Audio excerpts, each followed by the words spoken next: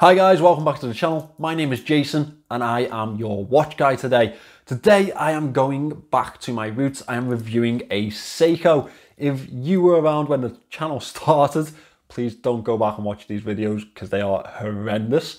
However, if you were around, you'd know that most of my collection was made up of Seiko watches. I absolutely adored them and I still do to this day. I still have a watch box made up of just Seiko watches and they still don't all fit in there. That is the best way that I can explain my obsession to these pieces, and I think that this is one of those brands that we can all really become a little bit obsessed with.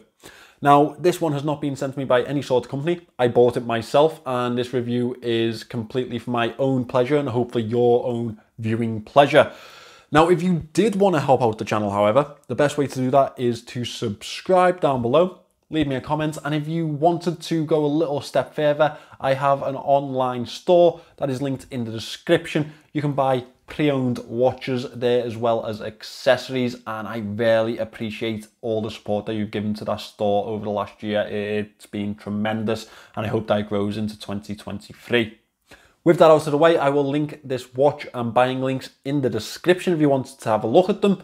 Let's turn this camera around and let's get into this review.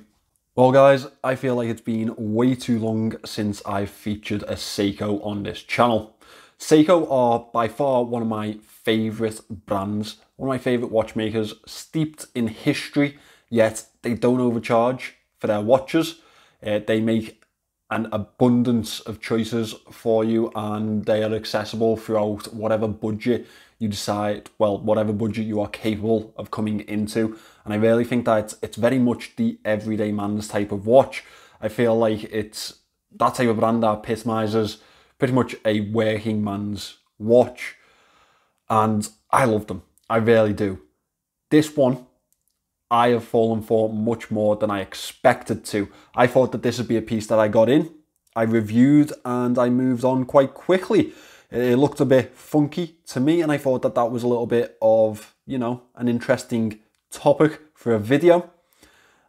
I bought this about a year ago, and honestly, I think I've put off this review so long just because of how much I've enjoyed wearing the watch, how good it looks on wrist, and how unique it also looks. Now, this is one of the 140th anniversary line to celebrate Seiko's link with motorsport, and they have so many watches in this line, from the very basics like I have here, which again is another one that will be coming up for review shortly, to the piece in my hand, the Chronograph, all the way up to Presage and Astron levels of quality.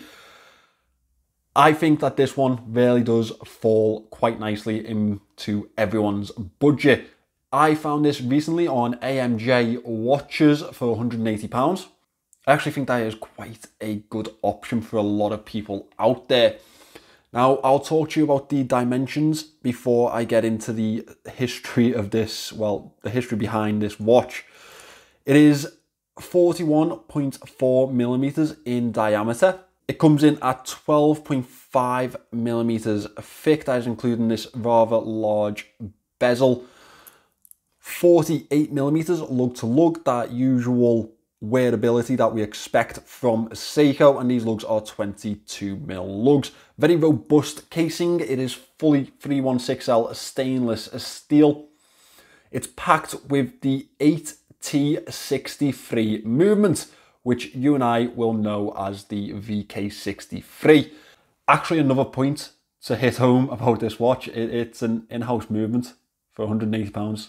In-house made Seiko movement, £180.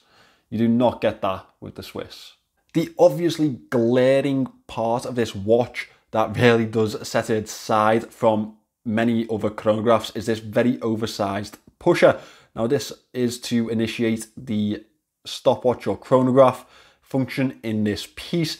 It obviously reminds us of a stopwatch, type of thing that you find around a PE teacher's neck. Seiko is a brand that is steeped in history, from Kentaro Hitori when he started as a 13-year-old apprentice watchmaker. This one's story actually dates back to 1881, and that is the inception of Seiko, hence the 140-year anniversary pieces. And I'm really glad that they made this in so many different lines, just so it's very accessible to anyone that is a fan of Seiko. I think that it's a very good way to release these type of things, especially when you are still trying to be a everyday watchmaker. The robust casing is a selling point for myself. I always say this when I talk about samurais. It's very Japanese in style, and I think obviously, well, that is something that really does hit home with a Seiko, that Japanese Asian type of pop culture vibe to the watches. Obviously, that's a more recent thing for Seiko, and it's something that they're doing really well in a lot of their different lines.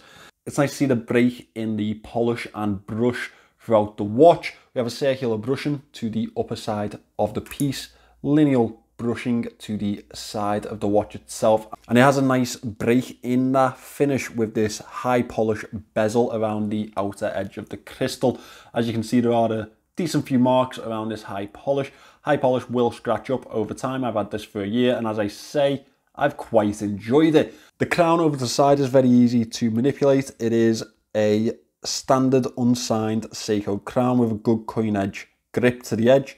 We have this reset pusher, which is a very simple and almost hidden. It almost hides itself to make an accent of the oversized start-stop pusher. I think that that's a really nice element to the piece also.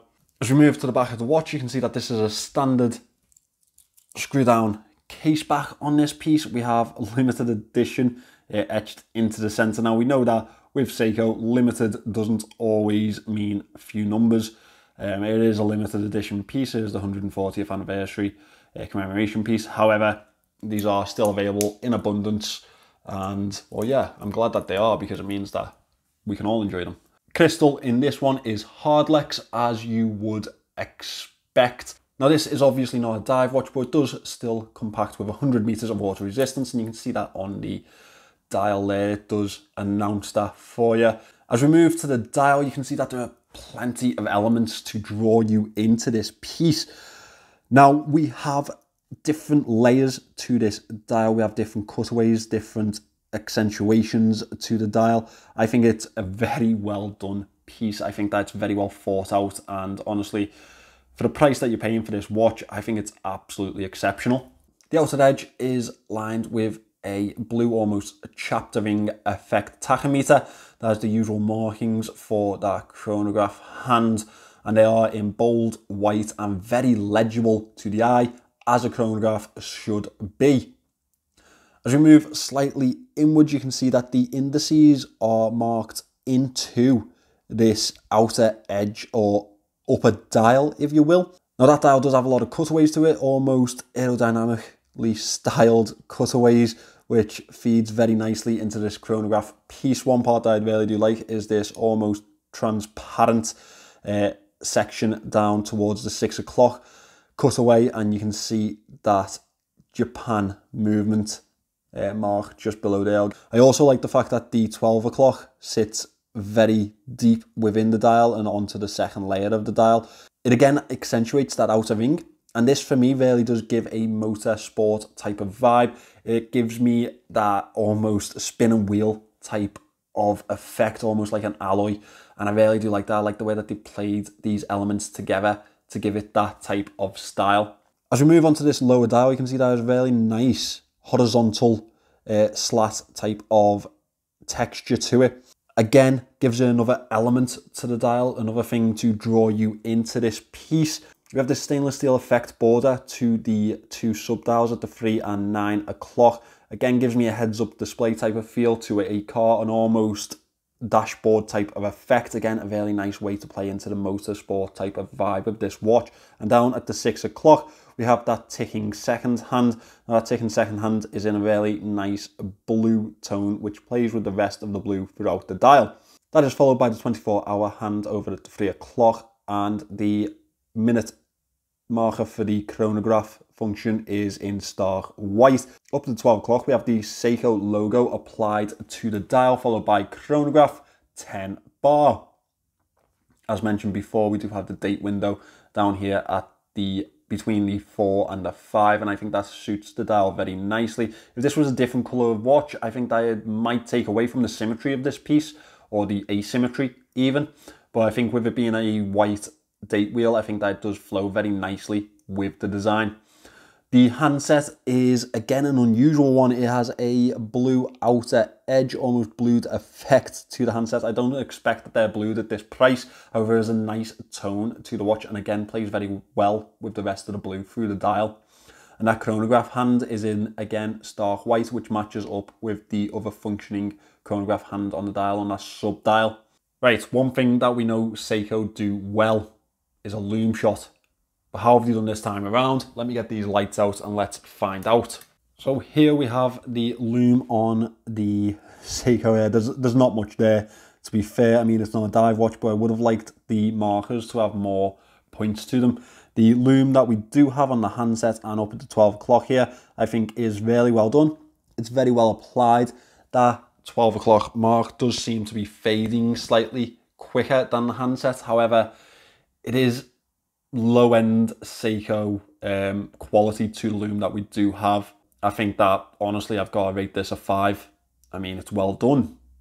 Whether it is done, in fact, yeah, I'm going down to a 4. It's very well done, however, very unimaginative and leaves a lot to be desired, in my opinion. Oh, who thought that I'd ever be rating a Seiko loom shot as a 4? Not me. As we move on to this bracelet, it is a standard oyster style bracelet. We have the new link system in this one, which is basically springs in the center, which are actually really easy to use and quite secure. I think that's a very nice system. To be fair, I think that it's one of my favorites at the moment. We have drilled lugs on the casing to make this easier to switch in and out. However, I think I would opt for the bracelet myself. I think it flows very nicely with the case design, with these angled end links. Now these end links are hollow end links, which is a downside to this piece. Right, let me get this one on wrist and we'll have a look at the wrist shot. After that, we will go into the moan section. Let's put my new toy down there. Someone want to tell me what that is? Brownie points if you can. So this is the Seiko SSB395 on wrist. Really nice fitted to wrist. I do have a 6¼ inch wrist size, if that's anything for you to go by. I think that's a very snug fit. I think that's very comfortable on wrist, and if it wasn't, it wouldn't have been one of my favorite wears over the last year. I just think that it's an easy throw on, quartz obviously movement, therefore I don't have to change the time every day. I really like this as a running out of the house type of watch, and it still gets the looks, it still gets the attention from people that enjoy watches when they see it on wrist. So the downsides to this piece, of course, the Hardlex crystal. I know that it's better than the usual mineral, and that has been proven in a couple of videos that I have seen. However, I do prefer sapphire. I think we all prefer sapphire. It's just something that Seiko have not opted to put into their main ranges, which is really unfortunate, to be honest. Their proprietary Hardlex does let them down each time, but it is a nice budget option, I suppose. Now, the rest of my moans for this watch, aside from the loom, which I have already covered, relate to the bracelet. Now, the bracelet's pretty good. Female end link, quite like that. I think that really does aid in the fit. However, it does need a better clasp. The clasp being pressed is a cheap feel, and the lack of micro adjusts really does let it down. It doesn't make it the really snug fit for everyone, the one size fits all type of watch that we really do love to see. As well as that, we do have hollow end links. To be fair, for a lot of Seikos that I've seen, it's actually not a bad bracelet. I just wish that it was better. And when you're looking for things to moan about, it's the first thing that comes to mind for me. Now, another thing to mention is this whole limited edition type of thing with Seiko. With Seiko, a limited edition is never really a limited edition. Not in the way that you think of it anyway. Yes, it's limited to a certain amount of watches. However, it doesn't make it a rarity. I mean, this one I picked up last year as a limited edition. I'd seen it beforehand for about 3-4 months, and they're still available now. It's not exactly a rarity, if you understand what I mean, but a lot of people link that limited edition crown with rare, pieces, and it's just unfortunately not. With that all being said, I still think that it's a fantastic watch. I absolutely love this piece. I did think after the review I might move it on. I still might. It'll probably appear on the store at some point shortly, but it is definitely one that I have completely and utterly enjoyed the hell out of. Really worn it in to my collection, and it made itself a little mainstay. It really did do that for itself, and I think that'd probably be the same for you guys if you picked one of these up or opted to. I know that they're available in different color options also if this one doesn't suit your fancy, but I do think that this one really does have something a little bit special about it. There we go, guys, back on the bandwagon with Seiko. I think that I'm gonna have to be getting this one onto the channel next, and maybe a few of my others in the back catalogue. I mean, Seiko's one of those brands that I start to collect without the intention of any sort of review, and then I get back around to it and I look at the watches and I think, oh, I really love that watch. You guys would love that watch. Why haven't I shown you it? And then, you know, here we are. Speaking of which, I do really think that 2023 needs to start off with a state of the collection video to show you guys how far my collection has come since the first year of this channel. Let me know in the comments if you'd like to see that. As mentioned in the intro, if you wanted to pick this piece up, it is available on AMJ Watches, or it was last time I checked. If not, I will put an Amazon link in the description, or another link where you can find the watch. I'll try and find it as cheap as possible for you guys. And if you wanted to have a look at what pre-owned watches I have available at the moment in the store, then that link is in the description. Also, thewatchguystore.com. Use the discount code JTWG10 for 10% off. Thanks for watching this one, guys. Please remember to subscribe to the channel, and I will see you in the next one.